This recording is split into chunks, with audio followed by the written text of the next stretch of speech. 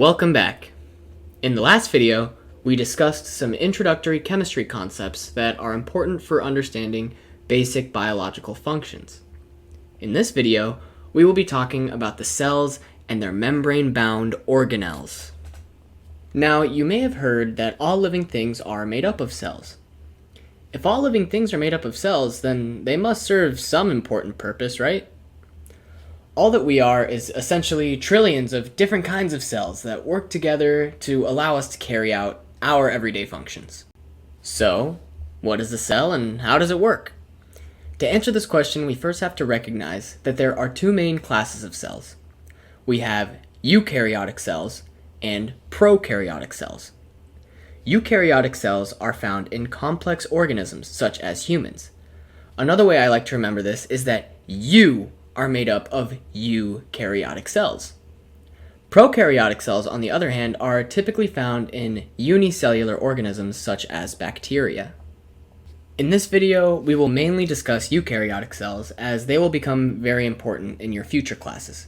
However, if you have any interest in taking classes such as microbiology, you will learn a lot about the importance of prokaryotes. Now, there are a few differences we need to note so that you can easily distinguish a eukaryotic cell from a prokaryotic cell. Notice that the eukaryotic cell contains a bunch of structures inside. These are called membrane-bound organelles, and they allow eukaryotic cells to carry out complex functions.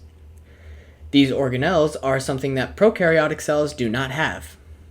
Along with the absence of organelles, you might notice that the prokaryotic cell lacks a big sphere-shaped structure called the nucleus. Instead of a nucleus, prokaryotic cells have a nucleoid, which holds the free-floating DNA. Although there are some other distinctions that can be made, these are some of the main differences between the two cells, which should allow you to easily identify them if given a photo or a description. Now that we've gotten that out of the way, let's focus on the components of a eukaryotic cell. As we mentioned before, a eukaryotic cell contains a nucleus and other organelles. These structures are located in the gel-like substance known as the cytoplasm. The cytoplasm and organelles are bound within the borders of the cell by a structure called the cell membrane. It can also be called the plasma membrane. The cell membrane is made up of a phospholipid bilayer that is extremely important to the function of a cell, which is why we will delve into it more in the next video. For now, let's go back to the subject of organelles. We will start out with the nucleus. The nucleus is essentially the brain of the cell. It's also the location of a very important process called transcription.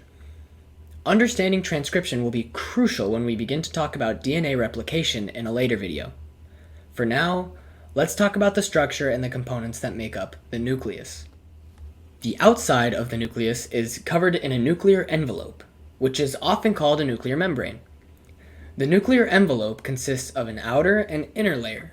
Each of these layers contain two phospholipid bilayers. Once again, we will discuss the concept of a phospholipid bilayer in more detail when we talk about the structure of a cell membrane in the next video. Throughout the nuclear envelope, there are nuclear pores that allow for selective diffusion of molecules in and out of the nucleus. Inside of the nucleus, you have the nucleoplasm and the nucleolus. The nucleoplasm is like the cytoplasm, but specifically pertains to the nucleus as indicated by its name. The nucleoplasm contains our genetic information known as DNA. The nucleolus is in the center of the nucleus, and it is where ribosomes are produced.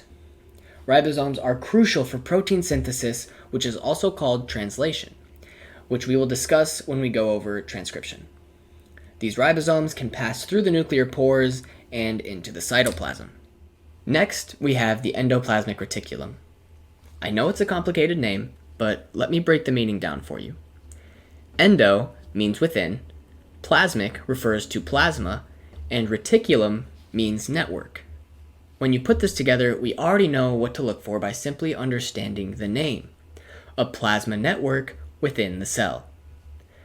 Something that you will come to find out is that a vast amount of words in biology stem from Latin. Understanding Latin will be especially beneficial when you go on to other biology classes or if you are planning on attending medical school. I highly recommend taking a medical terminology class because it's extremely useful for breaking down long, complex words that you'll come across. Going back to the endoplasmic reticulum, we know it's a network within the cytoplasm, but what does it do? There are two parts of the endoplasmic reticulum.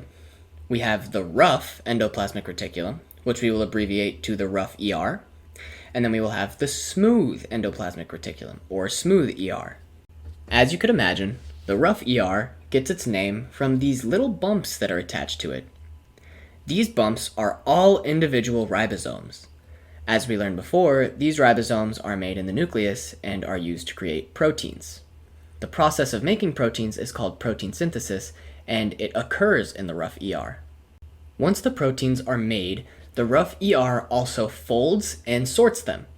Some of the proteins will create chains that stay in the ER, whereas others will undergo modifications. These modifications are used to serve specific functions in other parts of the cell or are secreted out of the cell.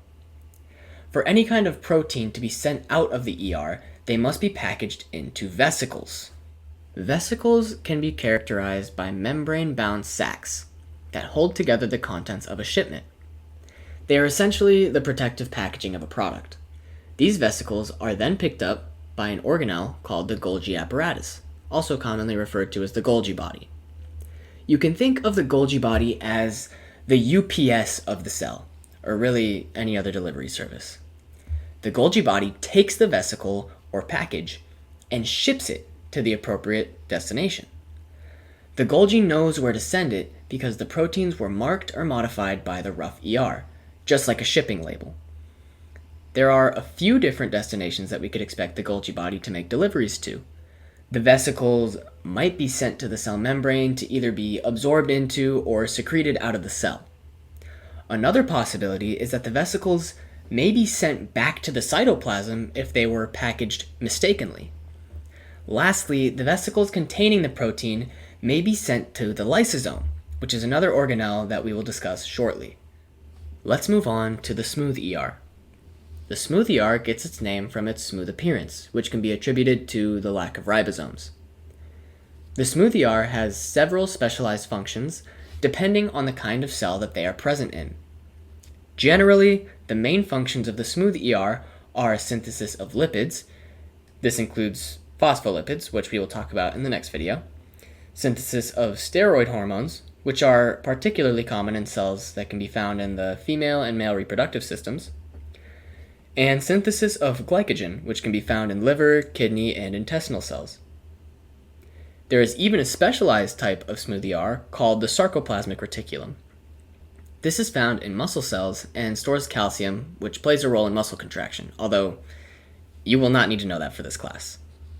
To summarize the main differences between the rough and smooth ER, there are a few things we need to remember.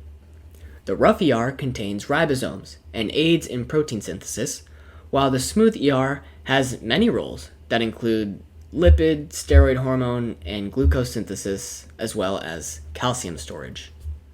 Another organelle that plays a very significant role in the function of a cell is the mitochondria.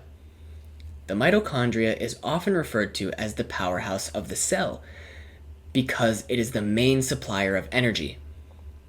In the cell, energy is characterized by adenosine triphosphate, or ATP for short. ATP is created through a process called cellular respiration, which primarily takes place in the mitochondria. This process is a crucial concept to understand in biology, so we will be discussing it in depth in another video. In the meantime, let's first discuss the structure of the mitochondria so that we can better understand its function.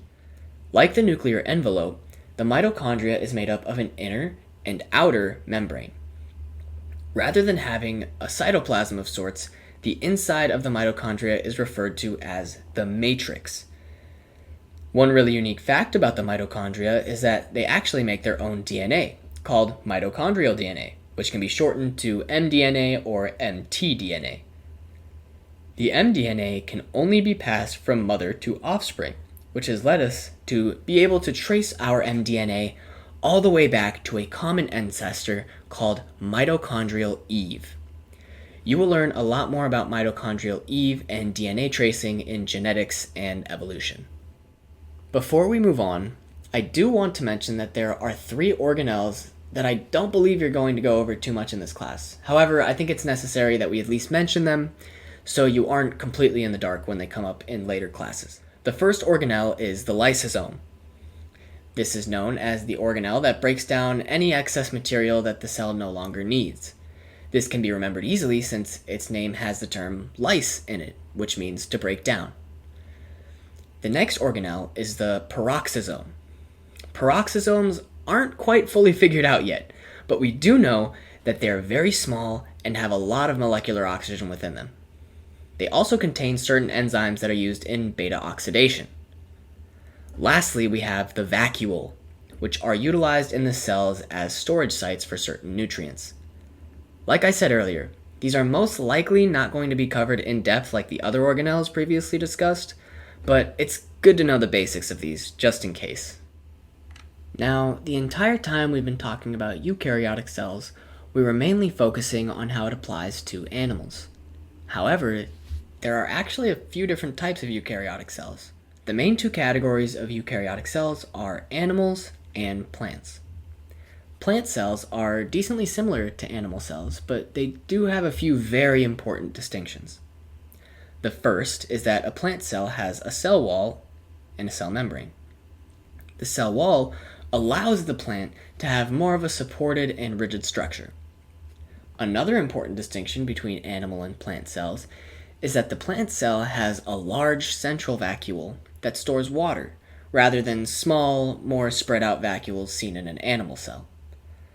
The central vacuole also shares similar functions to a lysosome, which is why plant cells actually lack lysosomes. The last major difference between the 2 cells is that along with the mitochondria, the plant cell has an organelle called the chloroplast.